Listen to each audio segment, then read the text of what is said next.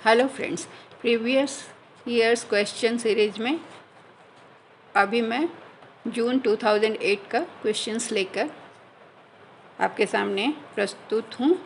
ये general paper का question है। पहला क्वेश्चन है कि the teacher has been glorified by the phrase friend philosopher and guide because. Teachers को कहा जाता है ना फ्रेंड फिलोसोफर एंड गाइड, क्यों कहा जाता है, इसका आंसर करना है। तो ऑप्शंस दिए हुए हैं। He has to play all vital roles in the context of society, society के लिए काम करना है, या he transmits the high value of humanity to students. तीसरा है he is the great reformer of the society, और चौथा है he is a great patriot. तो टीचर जो है स्टूडेंट के कंटेक्स्ट में जो काम करता है वही उसके लिए उसको ग्लोरीफाई किया जाता है। तो इसका आंसर होगा बी, क्योंकि यहाँ पर वो स्टूडेंट से रिलेटेड ही transmits the high value of humanity to students. अगला क्वेश्चन है the most important cause of failure for teacher lies in the area of. Teachers कहाँ फेल करते हैं? पहला है इंटरपर्सनल रिलेशनशिप, दूसरा है lack of command over the knowledge of the subject, तीसरा है वर्बल एबिलिटी, और चौथा है स्ट्रिक्ट हैंडलिंग ऑफ स्टूडेंट्स। इसका आंसर होगा कि जहाँ पर टीचर नॉलेज में कमी होती है वहाँ पर वो टीचर का फेलियर हो जाता है, क्योंकि टीचर को नॉलेज साउंड होगा तभी वो स्टूडेंट्स का फेवरेट हो सकता है। अगला है education is powerful instrument of.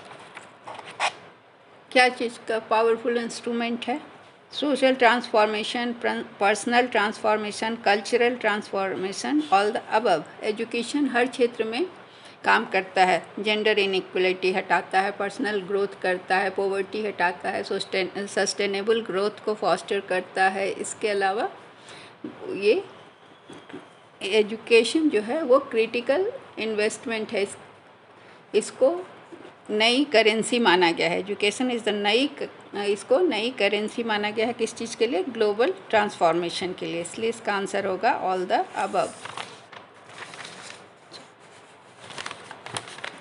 Number 4, a teacher can establish rapport with students by becoming a figure of authority. अगला है improving students with knowledge and skill, तीसरा है playing the role of guide, चौथा है becoming a friend to the student. इसका answer क्या होगा कि टीचर हमेशा नॉलेज और स्किल से ही स्टूडेंट्स के साथ रैपो इस्टेब्लिश कर सकता है, इसलिए इसका आंसर होगा B. A teacher's major contribution towards the maximum self realization of student is affected through. A teacher's major contribution towards the maximum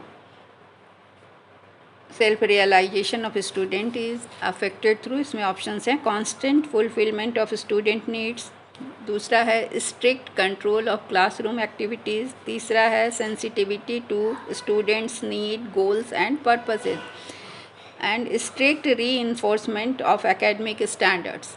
तो यहाँ पर टीचर का सेंसिटिव होना ज़्यादा ज़रूरी है स्टूडेंट्स के नीड्स के लिए, उनके पर्पस और गोल्स के लिए। जब टीचर सेंसिटिव होता है तब उसका कंट्रीब्यूशन स्टूडेंट के मैक्सिमम सेल्फ रियलाइजेशन की ओर होता है, इसलिए इसका आंसर होगा सी।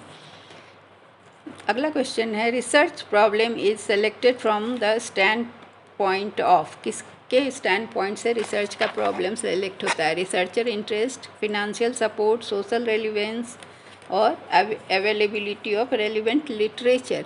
तो ये सब इसका सबसे प्राइम कारण है इंटरेस्ट। रिसर्चर का जो इंटरेस्ट होगा उसी हिसाब से वो सेलेक्ट करता है प्रॉब्लम रिसर्च का। अगला क्वेश्चन है which one is called non probability sampling. इसमें से कौन सा सैम्पलिंग नॉन प्रोबेबिलिटी है?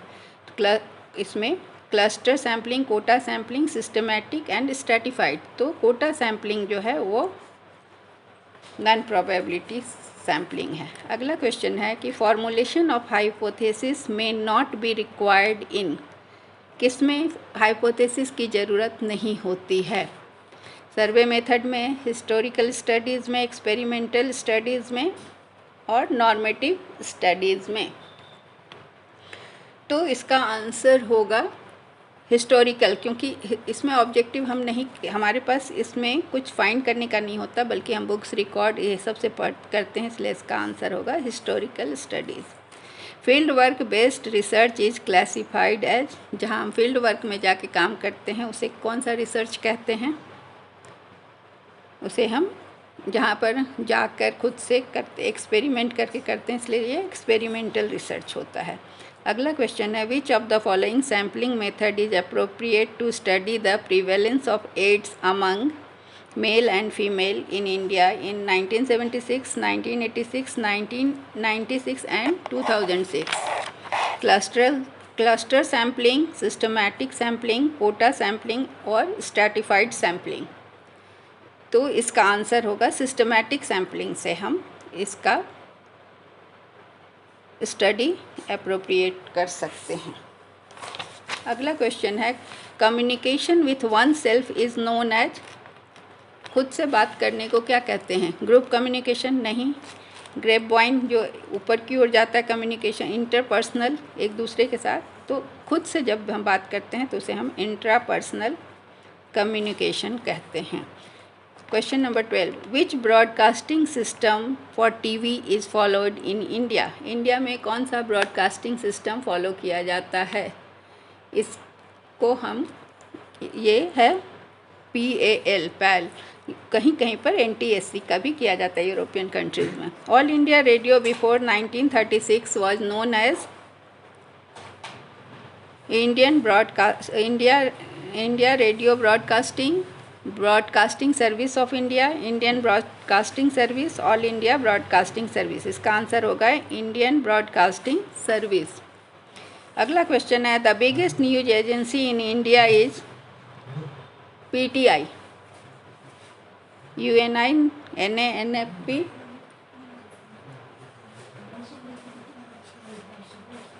Question number 15, Prasar Bharati was launched in the year 1997. It is the largest. 16. Question number 16. Statistical measure based upon the entire population is called parameter, while measure based upon sample is known as statistic, क्योंकि ये sample को लेके बनाते हैं इसलिए इसे sample parameter कहते हैं। अगला क्वेश्चन है, importance of correlation coefficient lies in the fact that there is linear relationship between the correlated variables. It is one of the most valid measure of statistics. It allows one to determine the strength of association between two variables. चौथा है, it is non-parametric method of statistical analysis. तो इसका answer है C, क्योंकि ये दो variable का ये रिलेशन का स्ट्रेंथ बताता है। The F test is essentially a two tail test, दूसरा है essentially a one tail test. ये can be one tailed as well as two tailed depending upon the hypothesis, can never be one tailed. इसका answer है कि ये कभी one tailed भी हो सकता है, कभी टू टेल्ड भी हो सकता है। Thank you.